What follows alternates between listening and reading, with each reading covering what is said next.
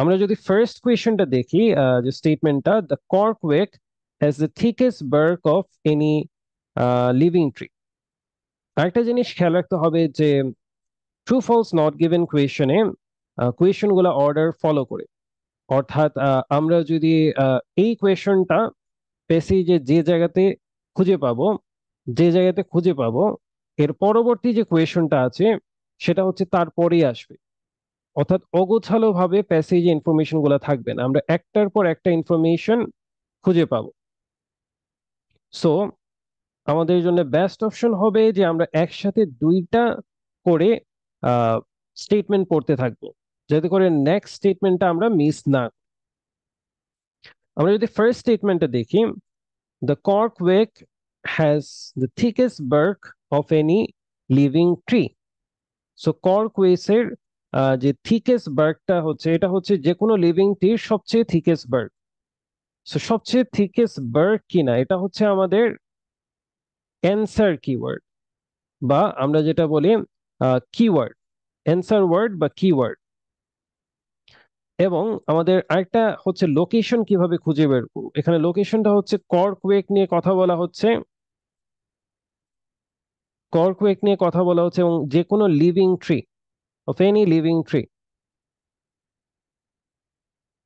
এবং সেকেন্ড কোয়েশ্চনটা যদি আমরা দেখি, সেকেন্ড কোয়েশ্চনে বলা আছে the scientists have developed a synthetic cork with the same cellular structures as natural cork.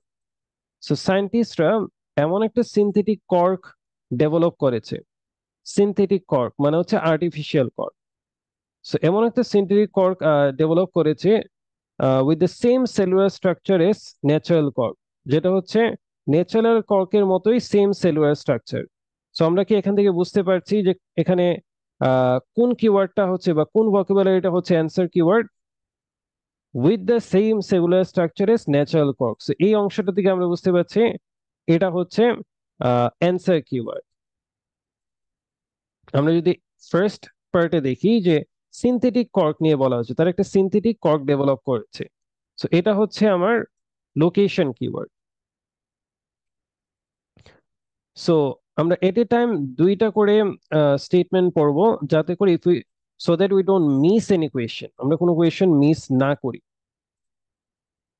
So the first one is the cork oak has the thickest bark of any living tree.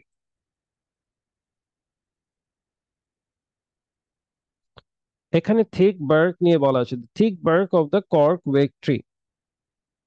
এটা material নিয়ে বলা হয়েছে, কি ধরনের material, but এখানে living tree এর thickest bark. So এটা যে কোনো লিভিং ট্রি এর মধ্যে এটা থিকেস্ট বার্ক, এই ইনফরমেশনটা আমরা এখনো পাইনি।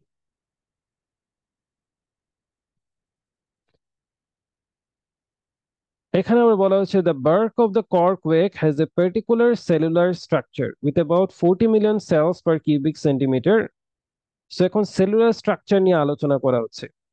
আমরা সেলুলার স্ট্রাকচার নিয়ে আলোচনা পেয়েছিলাম কোয়েশ্চেন নাম্বার 2 তে, হুইচ মিনস এই ইনফরমেশনটা প্যাসেজে আমরা কিন্তু পাচ্ছি না, যে এটা থিকেস্ট বার্ক কিনা বা থিকেস্ট বার্কস নয়, ট্রু বা ফলস কোনোটাই হচ্ছে না। সো এটা আমাদের অ্যান্সার হচ্ছে নট গিভেন,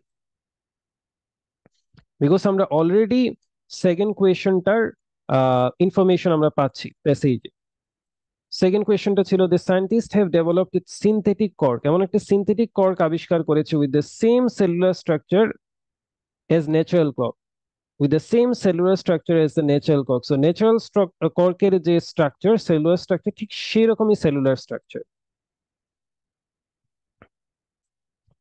আরেকটা জিনিস খেয়াল রাখতে হবে, এই ধরনের সাইন্টিফিক ইনফরমেশন, সেলুলার স্ট্রাকচার বা এই ধরনের ইনফরমেশন যখন পাবো, আমরা প্রত্যেকটা ইনফরমেশন ট্রান্সলেট করার চেষ্টা করব না। আমরা যদি প্রত্যেকটা ইনফরমেশন ট্রান্সলেট করার চেষ্টা করি, বাংলা বোঝার চেষ্টা করি, আমরা কখনোই আইএলটিএস এ ভালো একটা স্কোর নিয়ে আসতে পারবো না। আমাদেরকে এখান থেকে কি বোঝানো হচ্ছে, কি ধরনের প্যারাফ্রেজ করা হচ্ছে, সেটা আইডেন্টিফাই করতে হবে। So the bark of the cork oak has a particular cellular structure, একটা নির্দিষ্ট সেলুলার স্ট্রাকচার আছে কর্ক ওয়েকের বার্কে, with about 40 million cells per cubic centimeter. Per cubic centimeter 40 million cells. The technology has never succeeded in replicating. Never succeeded in replicating. অর্থাৎ এটাকে কখনোই replicate করা সম্ভব হয় না। What does it means? কোয়েশনে বলা হয়েছিল দ্যাট সিনথেটিক কর্ক ডেভেলপ করা হয়েছে, সিনথেটিক কর্ক ডেভেলপ করা হয়েছে, কিন্তু আমরা পেসিজে দেখলাম যে এটা কখনো রেপ্লিকেট করা সম্ভব হয় নাই।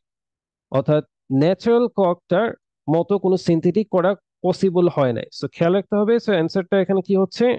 ফলস, যেহেতু কোনো ধরনের রেপ্লিকেশন পসিবল হয় না।